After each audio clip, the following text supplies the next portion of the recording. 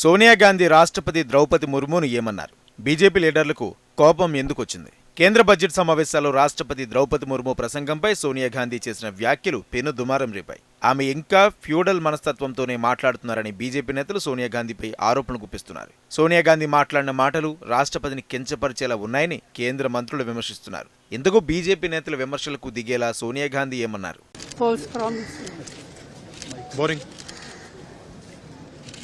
No comment. No, the president was getting very tired by the end. Repeating the same thing again No, and she again. could hardly speak, poor thing. చూశారు కదా, అది సోనియా గాంధీ స్పందన.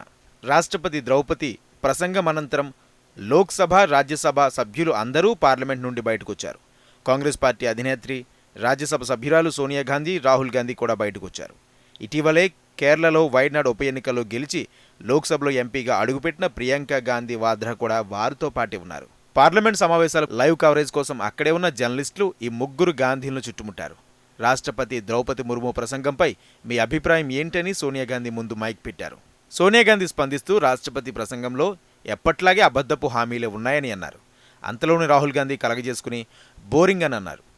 చెప్పడానికంటూ ఏమీ లేదన్నట్లుగా no comment అని అన్నారు. చెప్పిందే చెప్పారన్నారు. మళ్లీ సోనియా గాంధీ పాపం ఆమె ప్రసంగం చివరిలోకి వచ్చేటప్పటికి చాలా అలసిపోయారని అన్నారు. అంతేకాదు ప్రసంగం చివరిలో ఆమె మాట్లాడలేకపోయారని కూడా అభిప్రాయపడ్డారు. సరిగ్గా ఈ వ్యాఖ్యలపైనే ఇప్పుడు బీజేపీ పెద్దలు సోనియాపై యుద్ధం ప్రకటించారు. సోనియా గాంధీ ఇప్పటికీ ఫ్యూడల్ మనస్తత్వంతోనే దురుసుగా మాట్లాడుతున్నారని బీజేపీ నేతలు ఆరోపిస్తున్నారు. ఫ్యూడల్ మైండ్ సెట్ అంటే ఏంటో తెలిసిందే కదా. పెద్ద మొత్తంలో భూములు, డబ్బు ఉండి ఆర్థికంగా, సామాజికంగా వెనుకబడిన వర్గాలను శాసించే స్థాయిలో ఉండడాన్ని ఫ్యూడల్ మైండ్ సెట్ అని అంటుంటారు. ఇప్పుడు సోనియా గాంధీది కూడా అదే కోవకు చెందిన మహిళంటూ బీజేపీ నేతలు దుమ్మెత్తుపోస్తున్నారు. సోనియా గాంధీ వ్యాఖ్యలపై కేంద్ర మంత్రి, బీజేపీ జాతీయ అధ్యక్షుడు జేపీ నడ్డా స్పందించారు. తనతో పాటు బీజేపీలోని ప్రతి ఒక్క కార్యకర్త సోనియా గాంధీ వ్యాఖ్యలను ఖండిస్తున్నామని అన్నారు. సోనియా గాంధీ కావాలని అన్న ఆ మాటలు చూస్తుంటేనే పేదల పట్ల, ఆదివాసీల పట్ల కాంగ్రెస్ పార్టీ వ్యతిరేక స్వభావం ఎలాంటిదో అర్థమవుతుంది. కాంగ్రెస్ పార్టీ బేషరతుగా రాష్ట్రపతి ద్రౌపది ముర్ముతో పాటు ఆదివాసీలకు క్షమాపణ చెప్పాలి అంటూ జేపీ నడ్డా డిమాండ్ చేశారు. ఉభయ సభలను ఉద్దేశించి ద్రౌపది ముర్ము చేసిన ప్రసంగం ఎంతో ఉపయోగకరంగా ఉందన్నారు. గత 10 ఏళ్లలో ప్రధాని మోడీ నాయకత్వంలో దేశం సాధించిన ప్రగతిని ముర్ము వివరించారని నడ్డా అభిప్రాయపడ్డారు. మరో కేంద్ర మంత్రి హర్దీప్ సింగ్ పూరి స్పందిస్తూ కాంగ్రెస్ పార్టీ ప్రజాస్వామ్యంలో పనిచేస్తుందా అని ప్రశ్నించారు.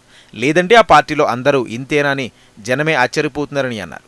మొట్టమొదటిసారిగా ఒక ఆదివాసీ మహిళ రాష్ట్రపతి అయితే ఆమె పట్ల మీరు వ్యవహరించే తీరు ఇదేనా అని ప్రశ్నించారు. 55 ఏళ్లకొచ్చిన రాహుల్ గాంధీ రాష్ట్రపతి ప్రసంగాన్ని బోరింగ్ అని ఎలా అంటారని నిలదీశారు. రాష్ట్రపతి కేంద్రం తరపున ప్రోగ్రెస్ కార్డ్ రిపోర్ట్ చదివి వినిపిస్తున్నారు. మీకు అందులో ఏమైనా అభ్యంతరాలు ఉంటే సభలో చర్చించాలి, కానీ ఇలా రాష్ట్రపతిని అవమానించేలా ఎలా మాట్లాడతారని హర్దీప్ సింగ్ పూరి అన్నారు. హర్దీప్ సింగ్ పూరి వ్యాఖ్యలు ఇలా ఉంటే మరో బీజేపీ నేత అమిత్ మాల్వీ కూడా సోనియా గాంధీ వ్యాఖ్యలను ఖండిస్తూ కీలక వ్యాఖ్యలు చేశారు. కాంగ్రెస్ పార్టీ రాష్ట్రపతి ద్రౌపది ముర్మును అవమానించడం ఇదే మొదటిసారి కాదని BJP IT wing incharge Amit Malviya అన్నారు. పదే పదే రాజ్యాంగం పుస్తకాన్ని పట్టుకుని చూపించే రాహుల్ గాంధీ ఇప్పటి వరకు రాష్ట్రపతిని ఒక్కసారైనా కలవాలని ఎందుకు అనుకోలేదని ప్రశ్నించారు. బిఆర్ అంబేద్కర్ పట్ల, అంబేద్కర్ రాసిన రాజ్యాంగం పట్ల కాంగ్రెస్ పార్టీకి ఏమాత్రం గౌరవం లేదని అన్నారు. అందుకే దళితులు, ఓబీసీలు, ఆదివాసుల నుండి రాజ్యాంగంలో అత్యున్నత స్థానంలో ఉన్న వారిపై కూడా కాంగ్రెస్ నేతలకు గౌరవం లేదని అమిత్ మాల్వీ అభిప్రాయపడ్డారు. ఇవన్నీ ఇలా ఉంటే ఇక ప్రధాని మోడీ ఏమన్నారో ఇప్పుడు చూద్దాం.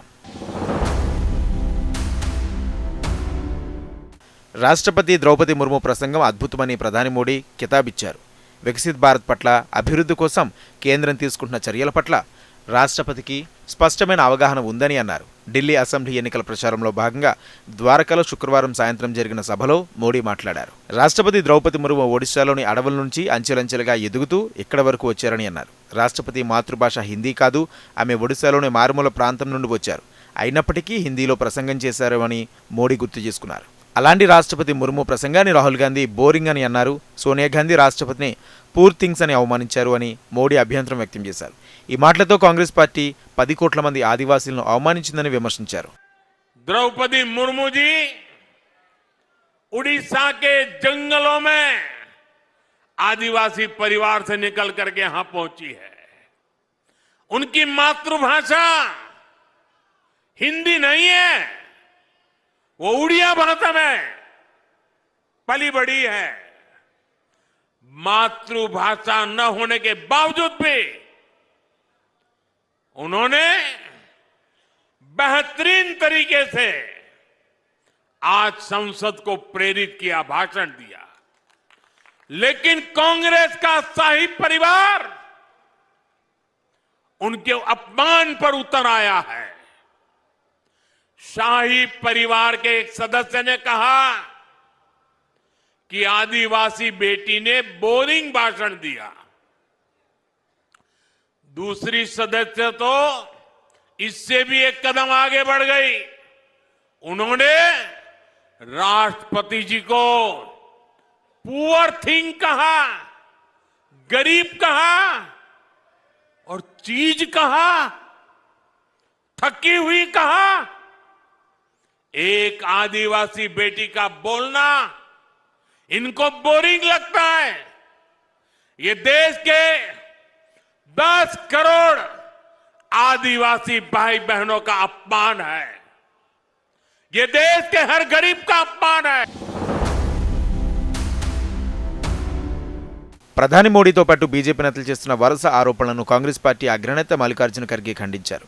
రాష్ట్రపతిని మాత్రమే కాదు, ఈ ఒక్క వ్యక్తిని అవమానించే సంస్కృతి కాంగ్రెస్ పార్టీకి లేదన్నారు. ఆ మాటకొస్తే పార్లమెంట్ ప్రారంభోత్సవానికి రాష్ట్రపతిని ఆహ్వానించకుండా ప్రధాని మోదీనే ఆమెను అవమానించారని ఖర్గే విమర్శించారు.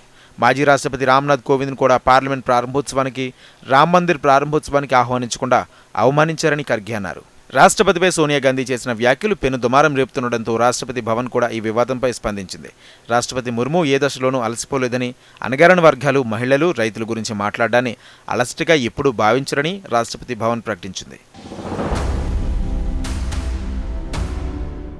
సోనియా గాంధీ వ్యాఖ్యలపై బీజేపీ పెద్దలు తీవ్ర విమర్శలు గుప్పిస్తుండటంపై ప్రియాంక గాంధీ స్పందించారు.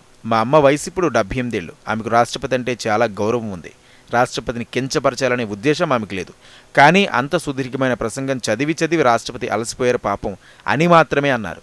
దురదృష్టవశాత్తుగా ఆ వ్యాఖ్యలను మీడియా మరోలా చూపించిందని అన్నారు. పార్లమెంట్ హౌస్ కాంప్లెక్స్లో ఒక కమిటీ మీటింగ్కు హాజరై తిరిగి వెళుతూ ఆమె ఈ వివరణ ఇచ్చారు.